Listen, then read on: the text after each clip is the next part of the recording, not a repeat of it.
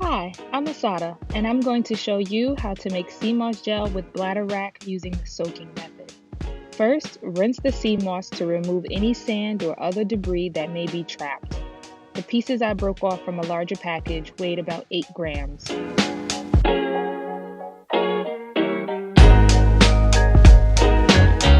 When you're done rinsing, put the CMOS in a jar and cover with water, preferably spring water or filtered water. Let it sit for 8 to 24 hours. The CMOS will soak up the water and expand in size.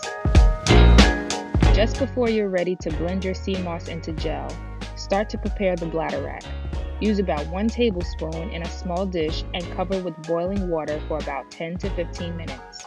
If you don't have Bladderwrack or just want to make plain CMOS gel, you can skip this step. When the Bladderwrack has expanded, you can toss the contents into a blender along with the contents of the CMOS jar and blend on high for about 3 to 5 minutes or until smooth.